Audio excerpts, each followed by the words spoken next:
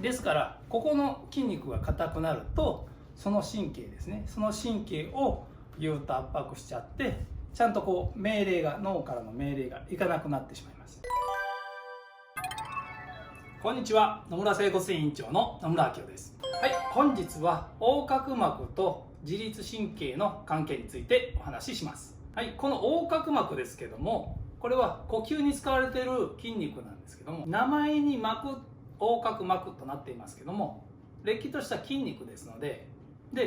この横隔膜ですね、横隔膜は意識でも動かせますし、無意識でも動かせます。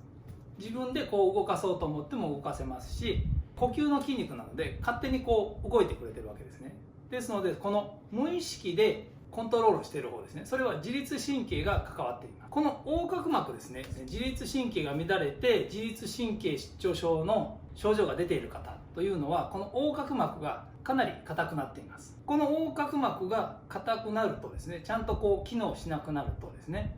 呼吸が浅くなってですね、体内に入ってくる酸素の量が低下してきます。じゃあなぜ硬くなっているのか。それは首ですね、首の筋肉ですねとか首の歪みですね、あとこの感情の抑え込みによる横隔膜の緊張というこの2種類がありますね。で、首の筋肉ですね、首の筋肉、ちょっとトルソー君に、トルソーさんにお手伝いいただいてですね、で横隔膜の神経っていうのは首の3番4番5番っていう、ところから出てるんですね。でどこかっていうと、このひっくり返すとこれ背骨切ってるんですけど、これ脊髄なんですけどね、大体この辺ですね、この辺から左右に神経が出て、ずっとこの首の近くを通ってお腹のとこですね、横隔膜まで来ています。ですからここの筋肉が硬くなると、その神経ですね、その神経をぎゅっと圧迫しちゃって、ちゃんとこう命令が、脳からの命令がいかなくなってしまいます。で、横隔膜の解剖です。解剖というか横隔膜の場所なんですけれども、ちょっとこれ出しますね。はいね、はいと、これ心臓パカッと、でこれが、肝臓ね、でこれいいですけど、ちょっと取って、で首が、でここの筋肉ですね、これ脾臓あるんですけど、この筋肉が横隔膜です。こうちょっとドーム状になっている筋肉ですね。次に感情の抑え込みのことについてお話ししますけども、怒りや悲しみの感情を抑え込むと筋肉を硬くなるっていうお話は以前動画でしたと思いますけども、特にこの横隔膜です。ここでこうグッと止めちゃう場合が多いですね。ヒステリー級のところでもお話ししましたけども、この首に喉のあたりに症状が出てる人っていうのはお腹で押さえている場合もあるから、お腹にも不快感が出ている人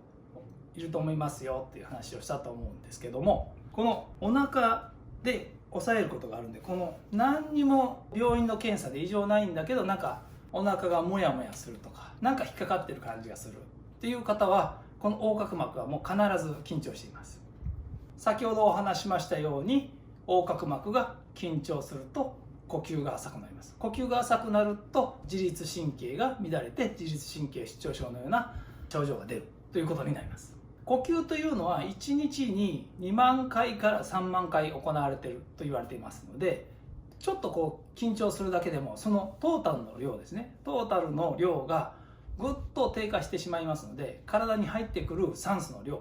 ていうのが低下すると、当然自律神経にも影響を与えて、自律神経が乱れると自律神経失調症特有の症状が現れる。ですからこの横隔膜ですね、自律神経が乱れて自律神経失調症のような症状が出ている方のほとんどはもう横隔膜がもう硬くなっています。結構カチカチになっている方が多いと思います。ですから本日はこの横隔膜を緩めるという方法をお伝えします。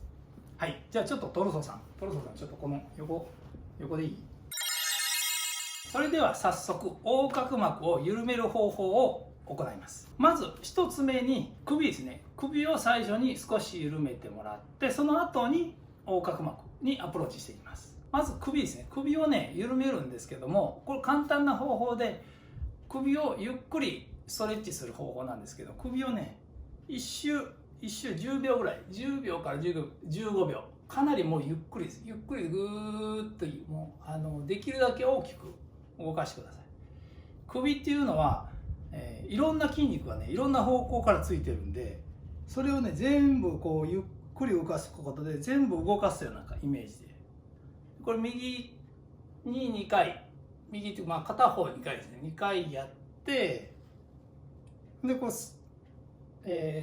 反対ですね、反対に、2回行ってから次に、横隔膜にアプローチします。でやり方ですけども、この指の、ね、大体3本指を使います。3本指をこことこの辺り、もう一回トルソーさん、はい、この辺り、真ん中と両サイドぐらいですね。ちょっと骨格模型の方が分かりやすいかな。場所ですけども、ここね、肋骨のこことこの真ん中の辺とこの両サイドのこの辺り、ここにね、この3本指ですね、この3本指を簡単に言うと、もう最後ギュッと入れていく、ギュッと入れていくって感じなんですけども、ただ今ギュッとって言ったんですけども、ソフトに入れてください。じゃあ実際やっていきますね。でまずは両サイドからいきますね。両サイドちょうどこの辺りを持っています。この肋骨、硬い硬い硬い硬い柔らかいみたいな感じになって、この硬いところの一番端が肋骨ですんで、この辺りが肋骨ですんで、そこに指を入れて下からこう引っ掛けるような感じですね。で引っ掛けていただいて深呼吸します。深呼吸して吸って吐いた時にちょっとこう背中を丸めるような感じですね。でその時に指を軽く入れる感じというか、呼吸に合わせて入れる感じなんですけど、吸って吐く時にちょっとへこむはずなんですよ。